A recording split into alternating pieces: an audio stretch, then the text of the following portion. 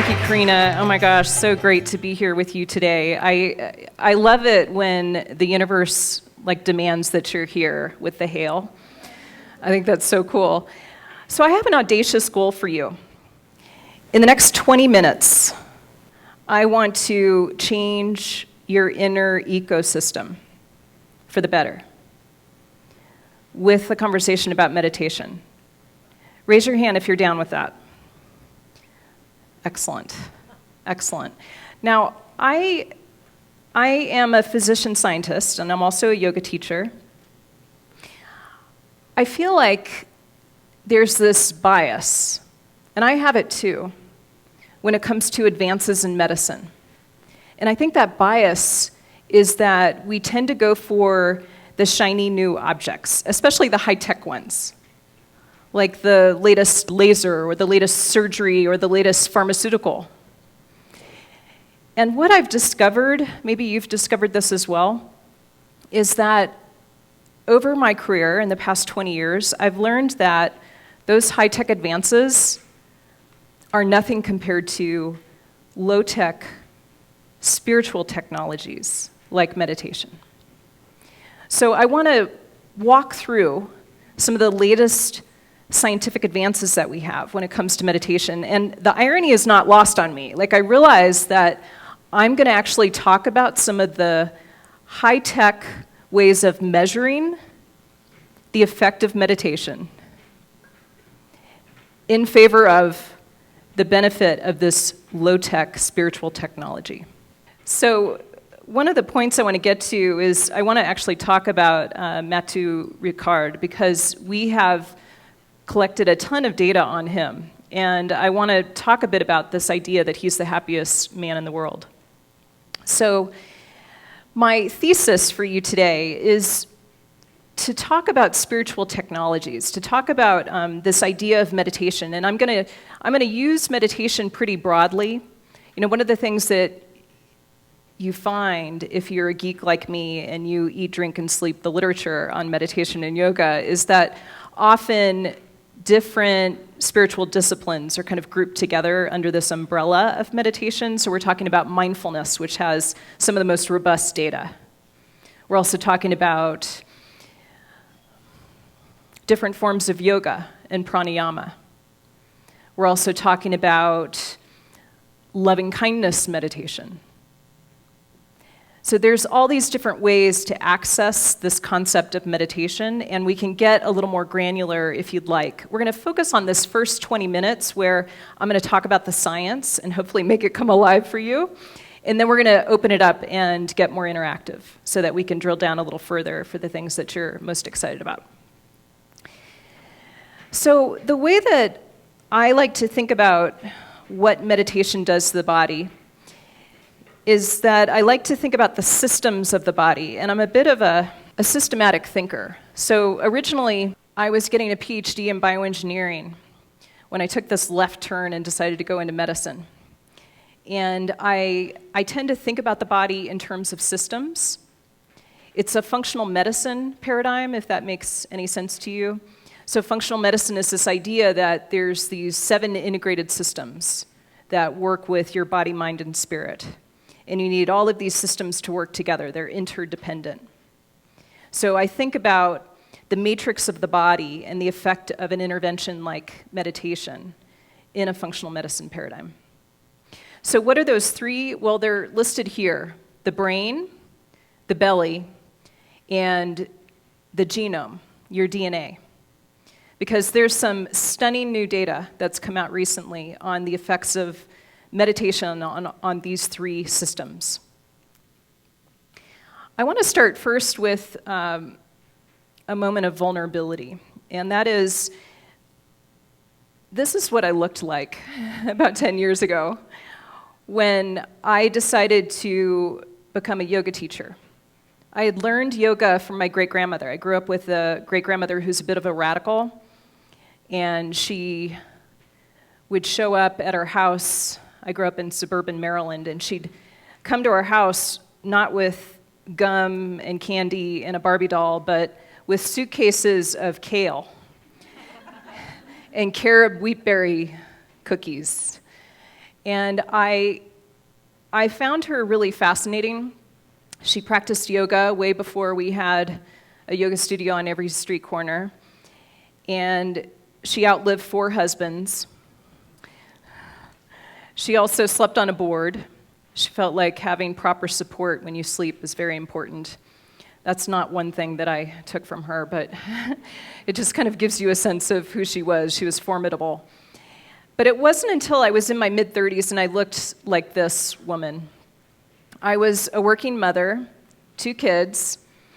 I was working at a health maintenance organization here in Northern California, and I was burning the candle at both ends, like many women. So I would see about 30 to 40 patients a day. I felt like I didn't have enough time with them. I wanted more time. And I would rush home to relieve my babysitter. And I can tell you, when I was in my mid-30s, I just felt like I was pushing a rock up the hill. I just felt like life shouldn't be so hard. Why is it so hard? And so I decided that I needed to change my inner ecosystem.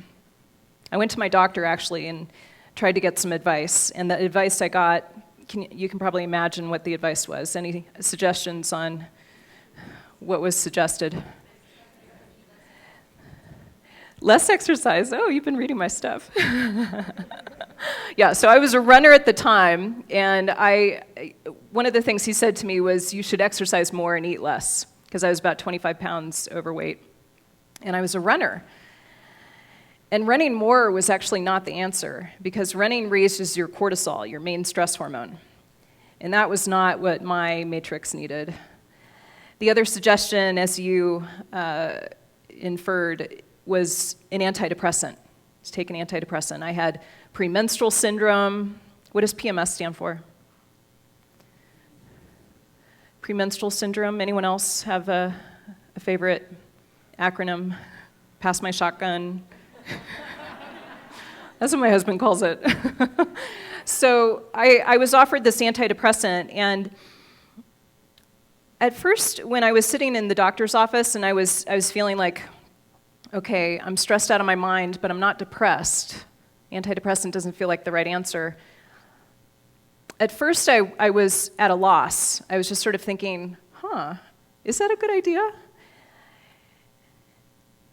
And I was also somewhat humiliated because this guy had a whiteboard in his office, and I can still remember that feeling of, being in his exam room. I waited like an hour for him to come, and I was in one of those pathetic paper gowns that hardly covers anything.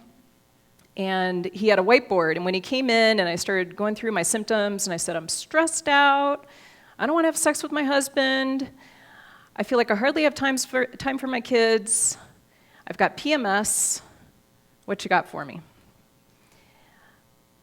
And he took on the piece of my weight gain first, and he wrote on the whiteboard, eat less plus exercise more equals weight loss. And I wanted to smack him. But then I actually got angry, kind of like a positive anger, because I felt like, okay, men and women are being told this across the United States. They're being offered an antidepressant when I don't feel like it's warranted. They don't have severe depression, which is the only time that an antidepressant is proven to make a difference. And I don't need to run more. That's not the answer. And I don't think it's a matter of eating less. I could maybe drink a little less. That's a good suggestion, but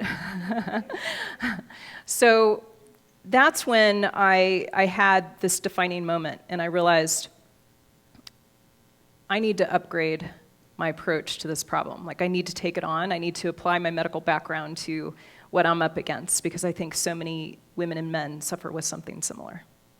So that's when I shifted my mindset, and I decided to go with the yoga practice that I had. Maybe twice a week I would go to a class, depending on my husband and how generous he was feeling. I decided to become a yoga teacher, and it really shifted things for me. So this was the problem. I know this is a very detailed slide, but I just want to illustrate that what was going on for me is something that I imagine may be going on for some of you. And it's certainly a problem for 91% of the men and women who come to see me. And that problem is the communication system, the control system for how you take in your environment, kind of your external stressors, through your amygdala. The amygdala is part of the brain, shown here, that interprets threat and danger in the environment. And we used to interpret threat from things like tigers and, maybe a bear. I also spent some time in Alaska, so bears are more relevant. And now we interpret deadlines and to-do lists and other more emotional and psychological triggers as that danger. And it's really changed our stress response system, which is designed to deal with the tiger or the bear about, say once a quarter, once every 3 months. That's a good interval to allow your body to rest in between. And now we have this level of stress that we're coping with all the time. So the way that your amygdala then interprets information and then sends a message down to your adrenal glands, which are in your mid-back, that system can get pretty wonky, especially in women. And I'm a feminist, so it's a little bit painful for me to admit this. But men do a better job in terms of the control system. And I'm talking here about the hypothalamic pituitary adrenal axis. If you want to get fancy pants, we can do that. And you can add on a few things like hypothalamic pituitary adrenal thyroid gonadal gut axis. So this was the system that I was having a problem with. And what was stunning to me is that, my instinct was to become a yoga teacher and to reset this system. And since I made that decision, I became certified as a yoga teacher in 2002, we have so much science that validates this reset process. So that's what I want to get into today. So let's start with the brain. And I want to march through some of the data. I'm not going to spend a ton of time on individual studies. I want to give you kind of an overall framework for what meditation is proven to do to the brain. And then in our interactive period, if you want to go a little bit deeper and drill down with any of these topics, we can certainly do that. So here's some of the highlights since I became a yoga teacher. One of the first studies, and this actually grew out of a very interesting conference held by the Dalai Lama, where he really called upon scientists to step up and to demonstrate the benefits of meditation. So this was one of the first studies that came out of that conference, and it was led by a guy named Richard Davidson. Has anyone heard of Richard Davidson? He's at the University of Wisconsin at Madison, and he is very interested in meditation, and he's collected this body of work that really is stunning in terms of the physical changes that occur with meditation.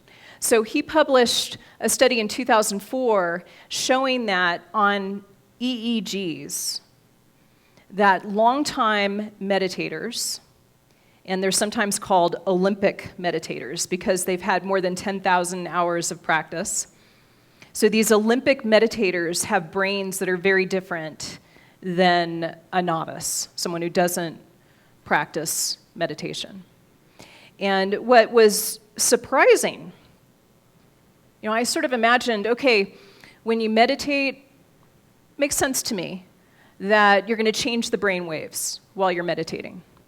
But what was surprising was that the changes to the brain, structurally, physically, and the changes to the EEG were permanent and really strikingly different. So I want to march through some of those. Anyone know what gamma waves represent? We have prizes. Gamma waves, I know it's like distant. I remember taking a a psychology class in college, which was a very long time ago, and we talked about gamma waves then, so it may have been that long ago for you. So gamma waves are related to attention, consciousness. There's a few other things that we'll get into in terms of what they actually do. But what was found was that these Olympic meditators had gamma synchrony. They were able to self-induce gamma waves that were at levels never seen before in the history of the world. So this was kind of exciting news for geeks like me. And I want to talk in a little bit more detail about the one who was the greatest outlier, and that was Mathieu Ricard. So I'll talk about him in just a moment, but he's a really interesting guy. Grew up as a French intellectual and then became a monk. So he deserves, I think, a longer conversation. I could probably talk about him for a few hours, but I realize that I have a bit of a crush on him, and I'm just going to try to rein it in. So a couple of other things that changed physically. At the Massachusetts General Hospital in Boston, in 2005, Sarah Lazar showed that you physically change the thickness of your cortex, the cortical thickness of your brain, when you have long-time meditators. So as I start to hear this, one of the things I like to test hypotheses, and as I hear this and I think about, okay, I'm a busy mom still, I've got my yoga practice that I do every morning, I meditate for about 30 minutes, is that enough? I'm not going to go to the Himalayas and meditate for 16 hours a day. That's just not going to happen. So what is the dose? What's the dose for getting some of these lovely benefits? So that's one question I want you to be thinking about as we move forward. In 2009, Richard Davidson again published some interesting data on attentional stability, your ability to focus on something and keep your focus. Who here is willing to admit that they have some ADD symptoms? That's good, you're sitting in the front. Very effective strategy. Yeah, exactly. I'm with you, that's why I sit in the front. So ADD has really gotten to almost epidemic proportions. You may have noticed this, and we're medicating our kids, I think, at alarming rates for issues around attention and hyperactivity. And then in women, I'm always interested in gender differences, and in women, hyperactivity tends not to show up, and so I think ADD is often underdiagnosed in women, although I'd even argue the wisdom of that label. But one of the most effective strategies is meditation, and it just makes me sad that so many people don't know that and choose instead a pharmaceutical that has very little long-term data in terms of being able to bring focus and attention in.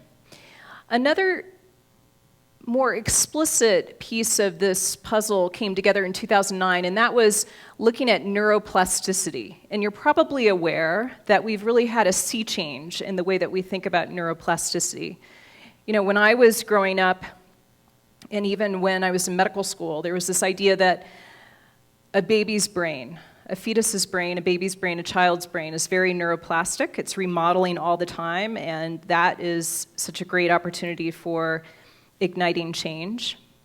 And that once you're over a certain age, like once you're done with adolescence, forget it, it's just, too late. But that's really shifted, and now we know that your brain is quite plastic, even into advanced age. So that presents a sacred opportunity, right, to get more consistent about these spiritual technologies. Another study that was published in 2010 took a look at that amygdala.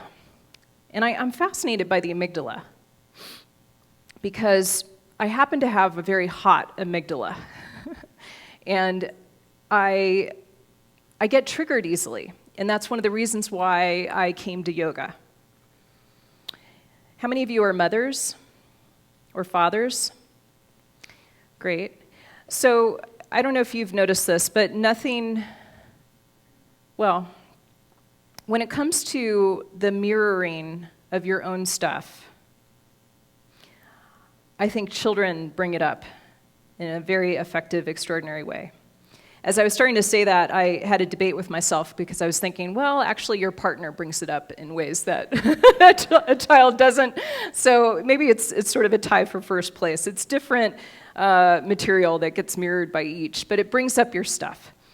And I just felt like, okay, I need to remodel my amygdala. You know, some people remodel their craftsman home.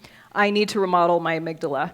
And what I found is that, okay, there's no drug that does that. Sudoku doesn't really interest me. So I need to find, you know, kind of a long-term strategy that's going to help me reshape and create the amygdala that could really serve me in serving others. So that was my goal, and I got very excited when the data came out about remodeling the amygdala. And then in 2012, we started to get even more structural data showing that there's more gray matter in meditators and even more white matter. So let's talk about Mathieu Ricard. Here he is with Richard Davidson on the right. Here's Mathieu Ricard with a 256 lead EEG on his scalp. He also meditated in a MRI machine for about 3 hours. I can't quite imagine doing that, but hats off to him. And this was the place where they first discovered some of these major structural changes that he had, as well as these other Olympic meditators. And this represented just a huge change in how we thought about meditation. And I say this because I feel like I'm preaching to the choir a bit here. How many of you meditate a couple times a week? Great. How many of you meditate every day? Great. Okay. Hopefully we'll change that by the end of our conversation today. So I have one foot in mainstream medicine. It's more like this. It's like a little foot. And I have one foot in a more complementary and alternative way of approaching health.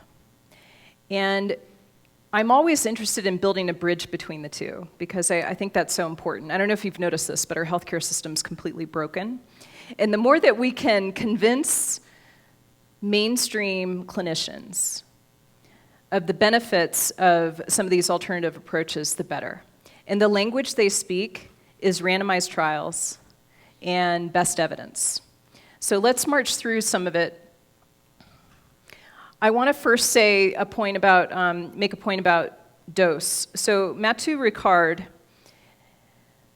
he first went to India when he was 20 years old. So he was born in France. His father is a very famous philosopher, and his mother is an abstract painter, and they grew up in these French intellectual circles. He went to the Pasteur Institute, and he got his PhD with the Nobel laureate. And as he finished his PhD at 26, he decided to walk away from this promising career that he had in genetics, and to move to the Himalayas, to become a monk. It takes a lot of courage to do that. And he became the Dalai Lama's translator, and he's very involved in a lot of this work on the science of meditation. So it took a lot of courage to do that, but if you just do the math, and you take his 10,000 hours of meditation, and he's 68 now, and you look at 48 years, 10,000 hours over 48 years, it ends up being about 5 hours per day. And again, this is one of those dose issues where I'm like, tick-tock. I'm a busy mom. I can't do 5 hours a day. So what is the smallest dose that we can figure out here? And the very exciting part here is that the more and more recent data is looking at shorter and shorter interventions in terms of these physical changes in the brain. And now we're at the point where we know that 3 days of practice, 25 minutes a day, changes your brain physically. That's so sexy. That's pretty stunning. So we can get into more details about what we know and how the studies were designed. A couple more things I want to say about the brain, then we'll move on to the belly. We know that in 2012, meditation was shown to change pain, to reduce pain, pretty dramatically in people who suffer with chronic pain. There's also a change called gyrification, which is the amount of foldedness on the surface of the brain. So the foldedness, you can kind of see the folds in this image here. And meditators have greater gyrification. We also know from very large meta-analyses that meditation's been shown to make a difference with substance abuse, which I think is very exciting, because I think we have such a problem with substance abuse, often unrecognized. And then the culmination here for me, as someone who wants to build bridges with conventional medicine, is a meta-analysis that was just published a couple months ago. And I just want to show that to you in a little greater detail, because this is a great summary. In this meta-analysis published in the Journal of the American Medical Association, they reviewed 19,000 studies. 19,000, that's a lot. I don't have time to go through 19,000 studies, so thank you for doing it for me. And here's what they found. They found that meditation lowers anxiety by 62% at 8 weeks. A lot of the studies were done for an 8-week period. There's a dose response, so the longer you meditate, if you go out to 3 to 6 months, it's 78%. Also lowers depression by 70%, lowers pain by 67%.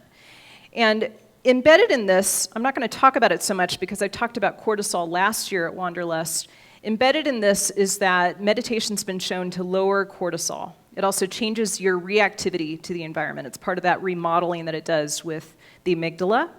It also raises serotonin, or as my assistant likes to call it, Dr. Serotonin. So serotonin is this awesome, happy brain chemical. And the brain chemicals are not all created equal. Like, some are more important than others, and serotonin is a gatekeeper. It's a really important one to have on your side.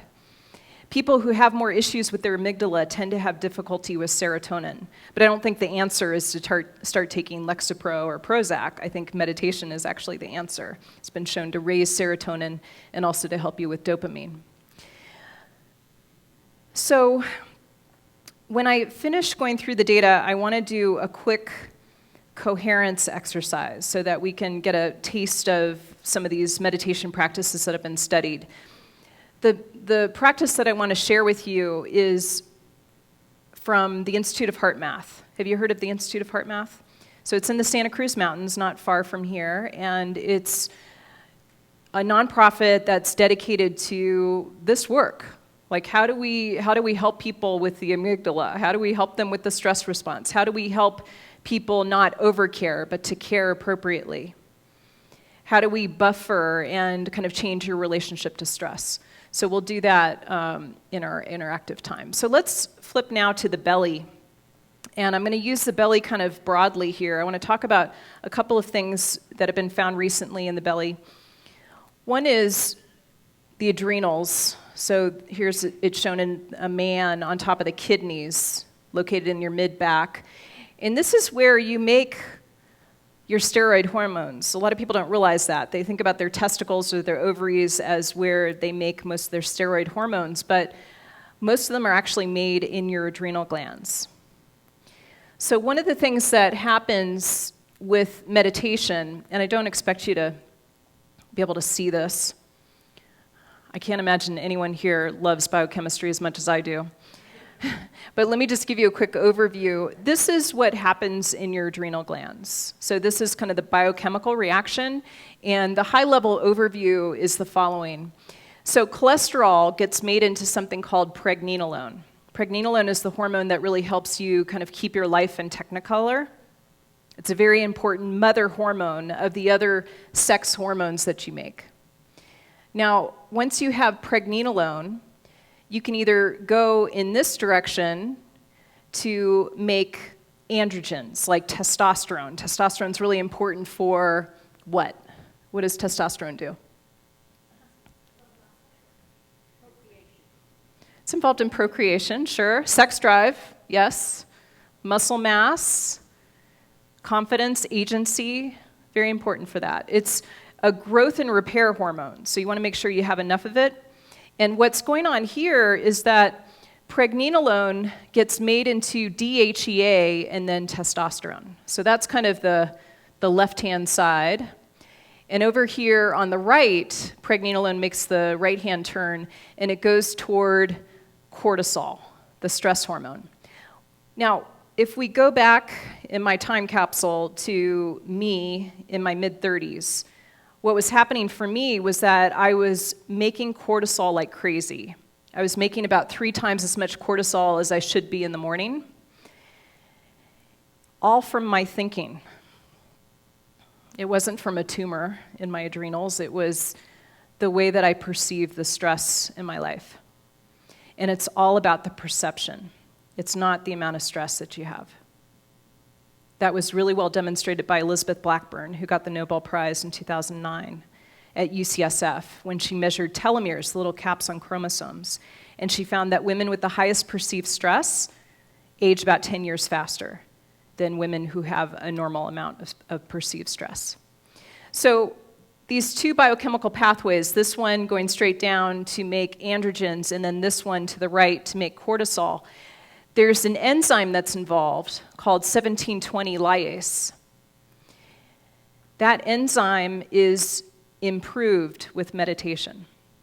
So another quick biochemical fact here. So you're going to make more of the androgens, more DHEA, more testosterone if you meditate.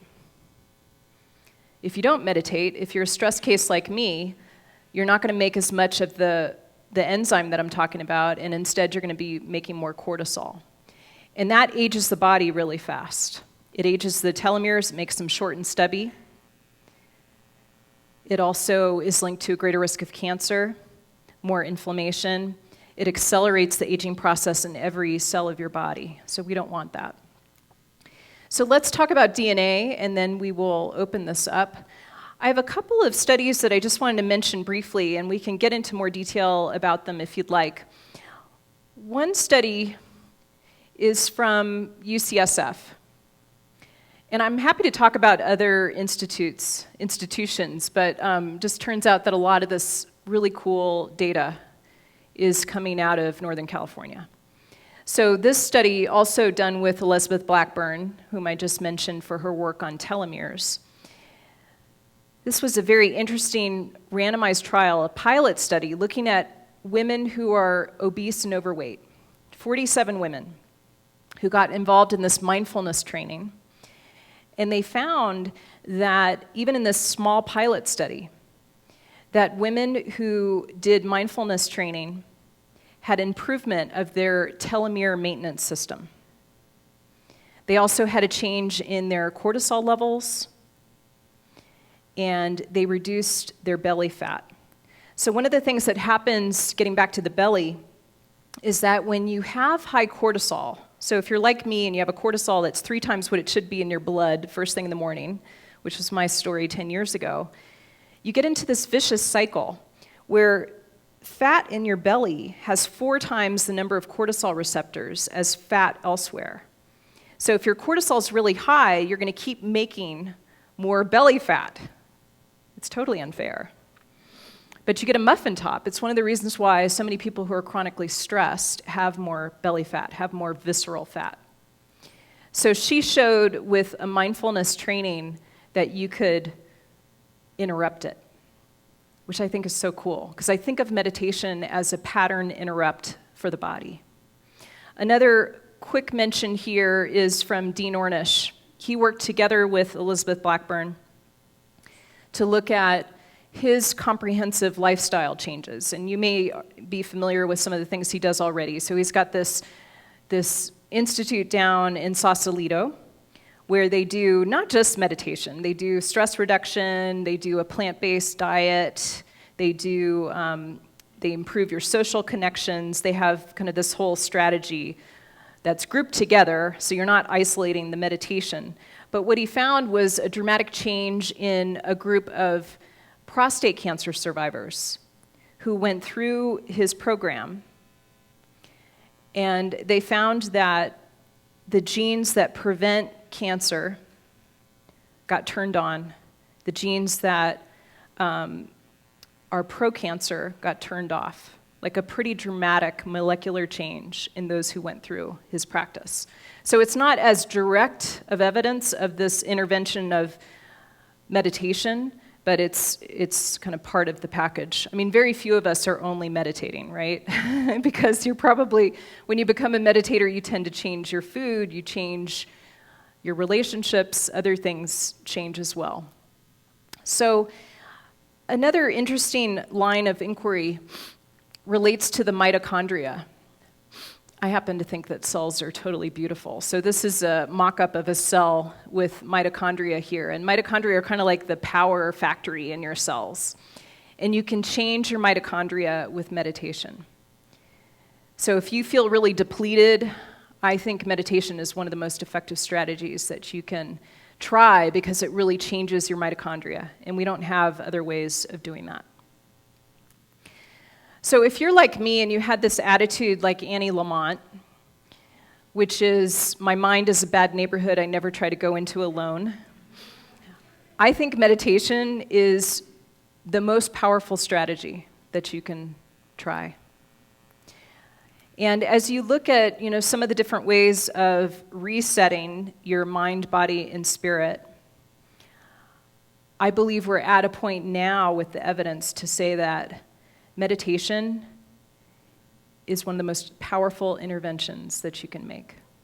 More powerful than any pharmaceutical, more powerful than any high-tech medical advance. And I think the data is conclusive. So I hope this felt like a great, quick march through the science. I want to thank you for your attention.